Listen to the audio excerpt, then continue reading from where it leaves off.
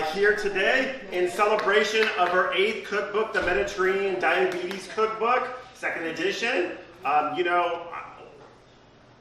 Diabetes has been an epidemic here in the United States, and recently I've been hosting some other great authors like Amy about this, because I know it should impact, or someone, family or friend does have diabetes, and there is a restriction on what they can and cannot eat, in regards to measurement of blood sugar levels and everything like that, like my mom and stuff.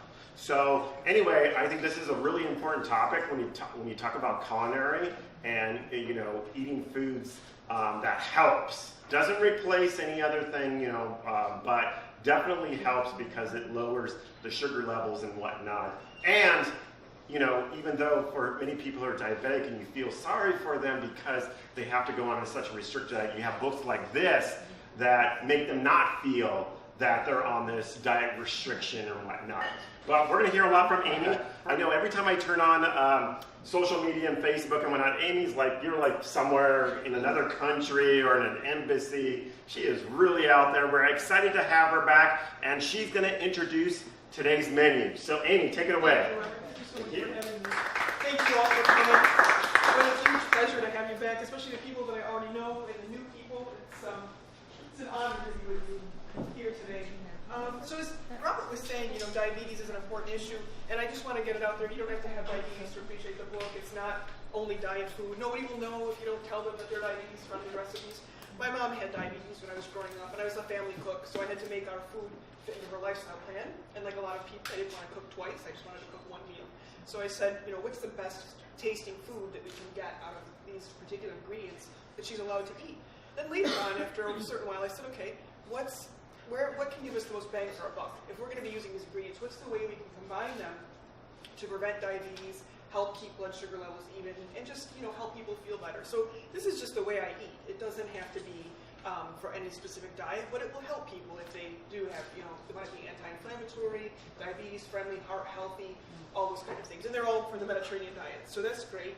The first dip that they did here today is the roasted beet, tahini, and Greek yogurt. So I really want to give a huge thanks to Robert and to Ida and to the entire team here I today. didn't do anything. Don't give me credit. Great job for having me here, but also for making everything and for utilizing their products. So, and I often utilize their products. So it's they marry very well with my recipes. The first one is this beet, tahini, and Greek yogurt dip. Super easy, everyone needs a healthy dip, something that looks a little bit different or tastes great. It's easy to do, kids even like it. You can do it with crudité or with pita or whatever you like. Then I've got this apple, beet, and carrot slaw. This is actually something that we're going to do at one of my demos today. It's very easy to do, but it tastes delicious. Gives you a little sweetness. So like right now everybody's grilling in August, and it's a good time to be able to have this slaw on the side. I actually learned this salad from children. So I sometimes the schools have chefs adopt them and come in and teach recipes.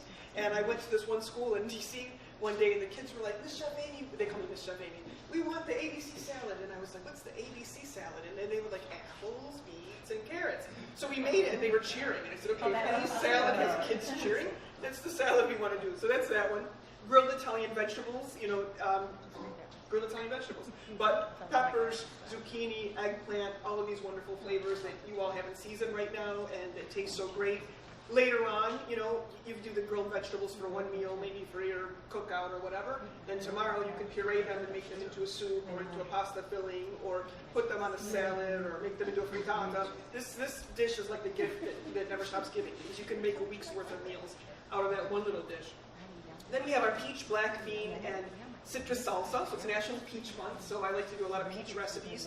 But here today they swapped out the black beans for the chickpeas, garbanzo beans, some people call them. So you can do that. You can do it with black beans, you can do it with pinto, or with whatever you like. But it's a super easy salad, salsa, that again, the next day you can transform into other things if you like a stir fry or pasta dish.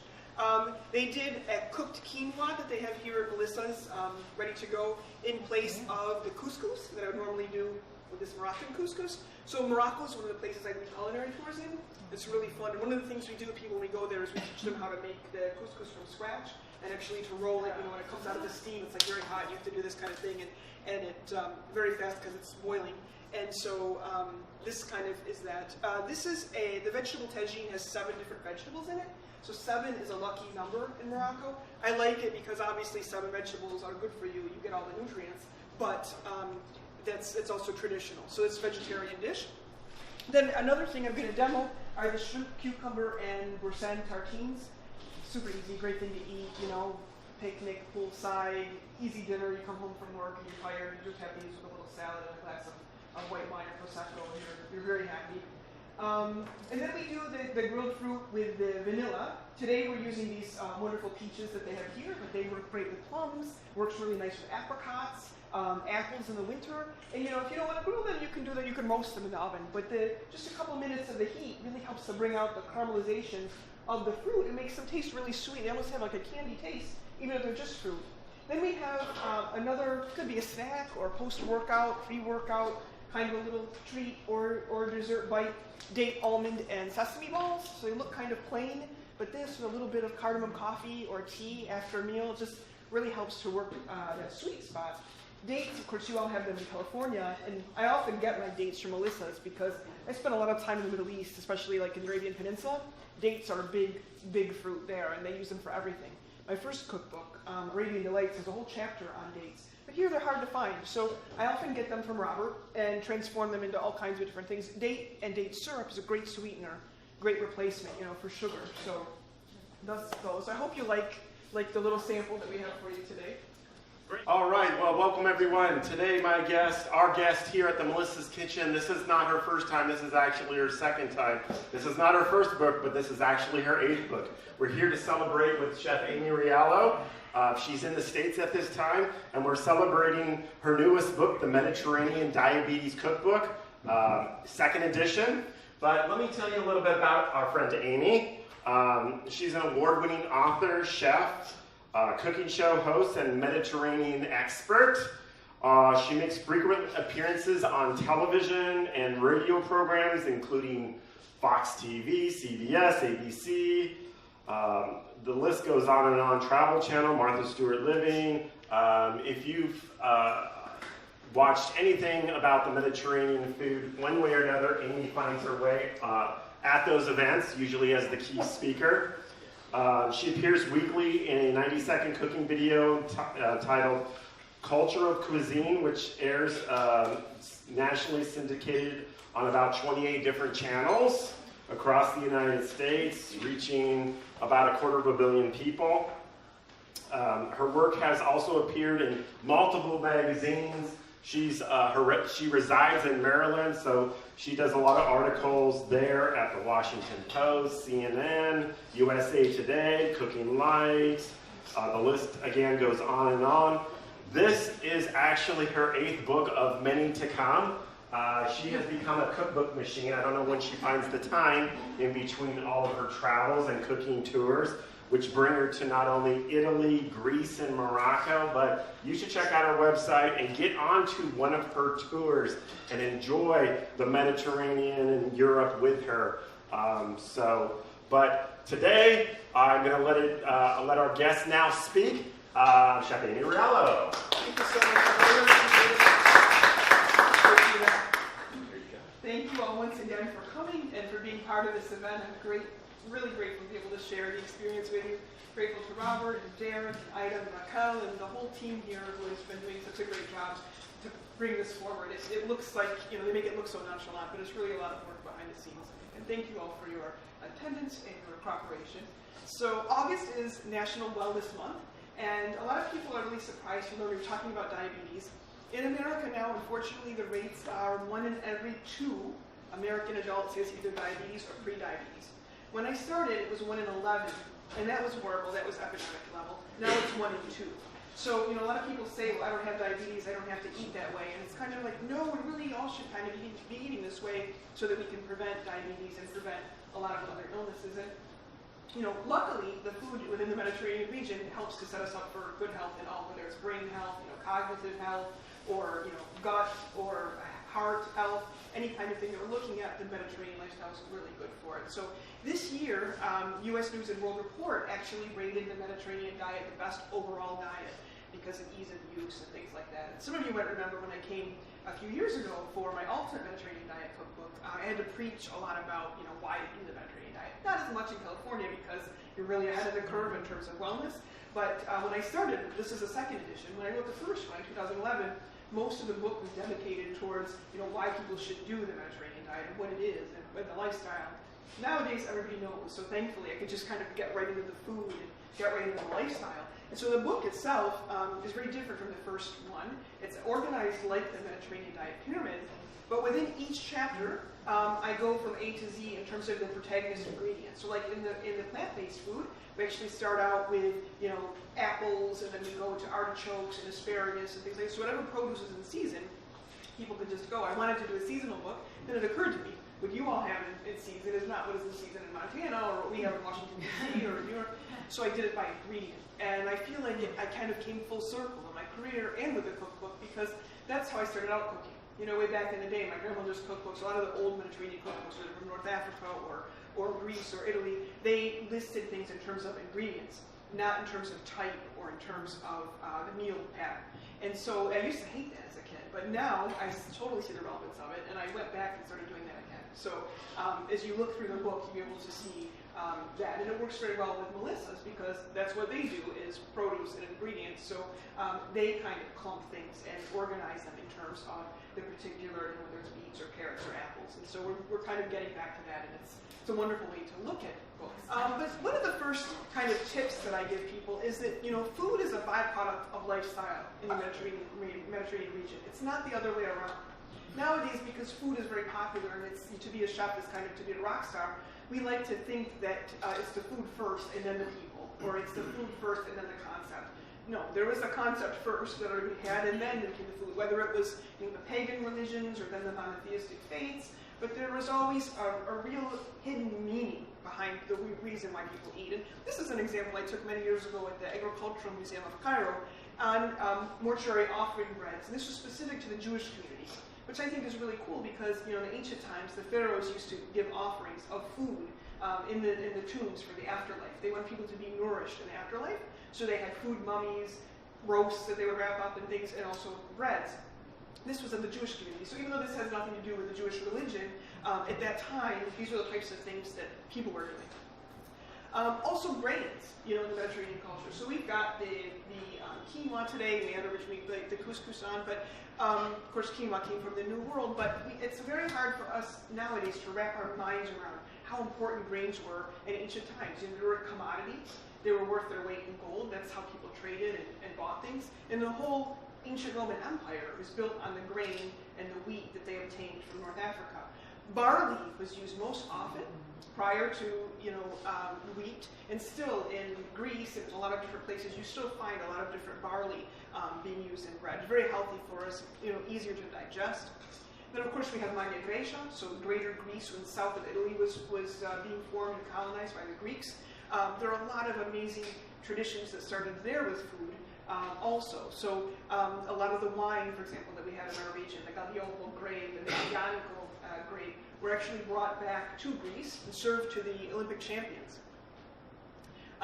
This is the area that my family is originally from. So this is a town called Crotone. It's on the Ionian Sea. In the ancient times, it was Croton, spelled with a K. Now we spell it with a C and an E on the end. Pythagoras lived there for many years and formed a secret school of intellectuals. Pythagoras was also the father of vegetarianism in the West. We forget about that. We don't think about this very much in ancient times. But in addition to math, he also taught philosophy, nutrition, and music in his school that he formed in Crotone. So we have like a Pythagoras square and a lot of different things named after him.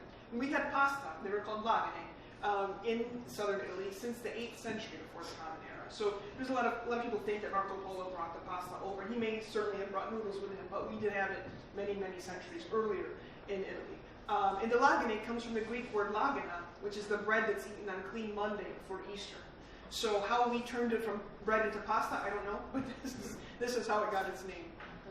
A lot of flavor bases. So we're going to talk about, as I do these recipes or in the different things that I cook, a lot of the similar ingredients that you're going to be finding within the Mediterranean lifestyle and diet today were around in ancient times.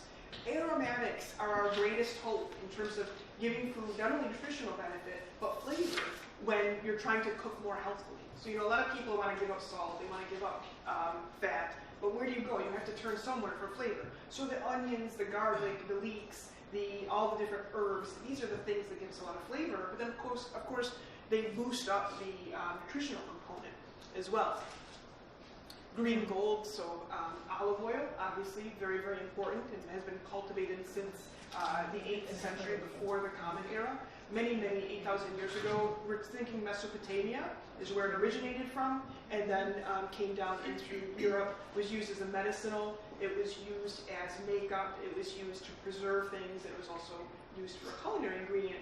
And they actually found that Hippocrates himself used to prescribe the olive oil as a treatment for ulcers and gastritis and different types of things. So still today in the Mediterranean region, the olive oil is continuing to grow in popularity, luckily, because we have such a great market for it in the entire world. But especially people are reclaiming the health benefits. And there are amazing things going on in Spain and in Italy, Greece, Morocco, Tunisia, all across the Mediterranean. There are wonderful olive oils. Turkey even has great olive oils. Israel has great oils. So we're going to talk a little bit more of those today. Another tip that I like to tell people about that we forget is that meal times are sacred.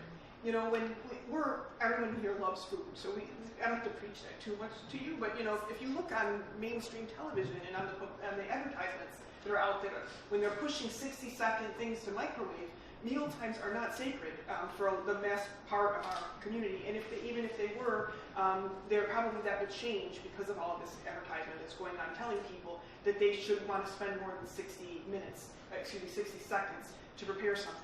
So claiming this back, I think, is really, really important.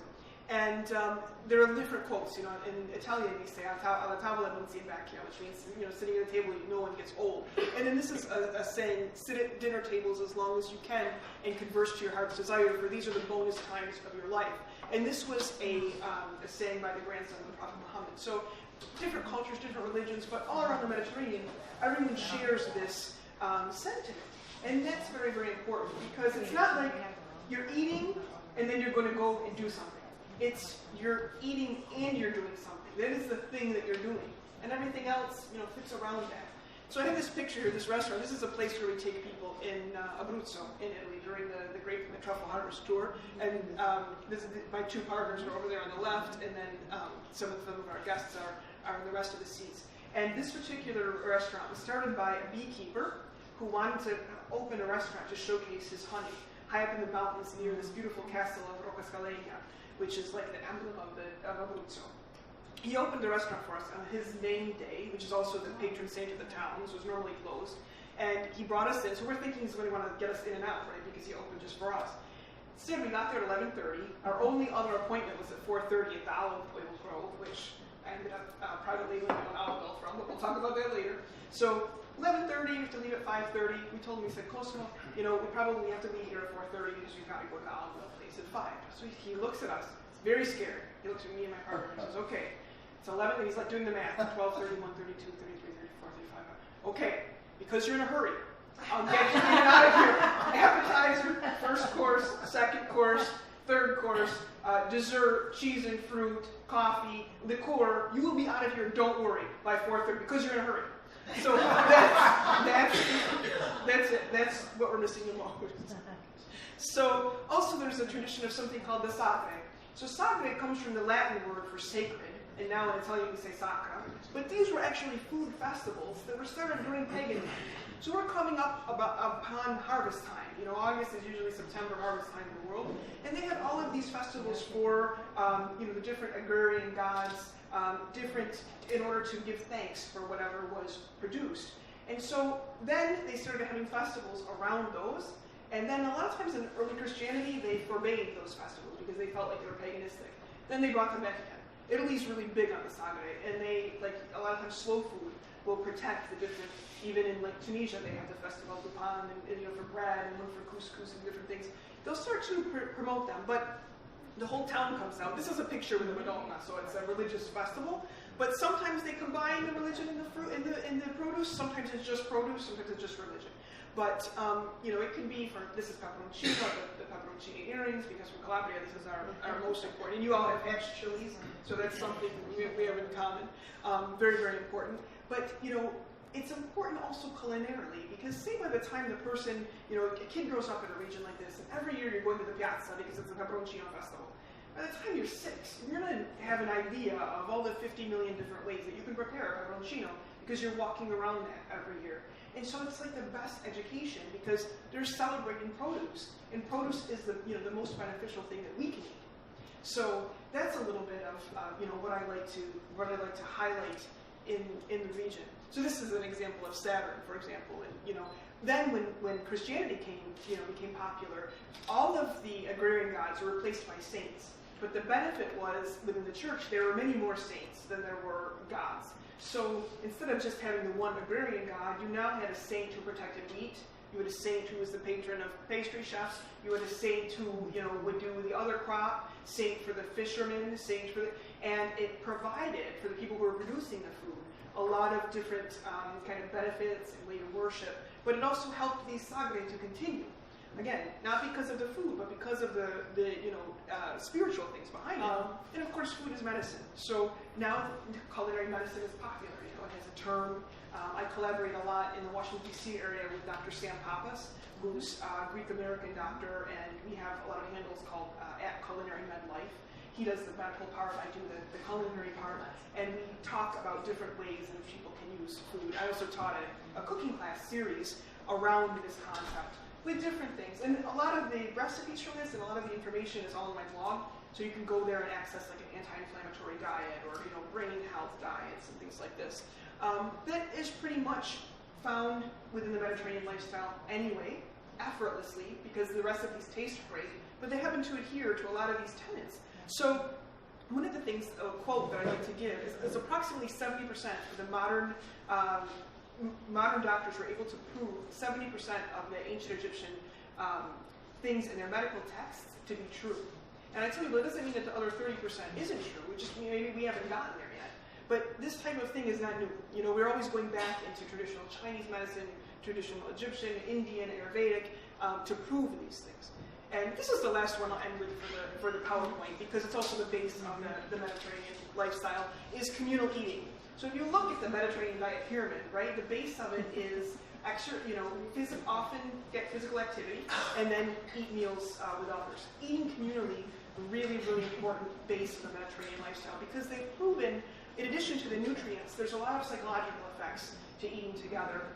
It provides people with a sense of security and a sense of well-being that kind of sets you up in order to be able to enjoy the food better, digest more of the nutrients. And so, he was saying in Italian, chi mangia da solo si strozza in solitudine, which means who eats by himself, who eats alone strangles himself in solitude. And, it's a little bit drastic, but there's also other sayings, Epicurus said choose someone to eat with before you choose what you're going to eat. And all of these kind of things just set it up. Like, it's not just about fueling your body, it's really about that ritual and being with people. So nowadays, it's hard for a lot of people in our modern setting, because you're going to work in a cubicle by yourself, you have to be in your car at the time to eat, you're home, and maybe you have a beautiful family, but this kid's got practice, and this parent is doing this, and that parent's doing that. So it's hard to bring everybody together. So on my blog, I actually give tips. And I suggest people do things like a carpool, or like a share ride, or like a tennis. You don't play tennis alone. Right? A lot of people do carpooling. There's other activities that we value to do together, so we do them together. And I think there's a little bit, we can get that message out more, and we can help people to kind of, embrace this a little bit more, because it's really, that's what it's all about. And then we talk about ingredients and nutrition, things like that.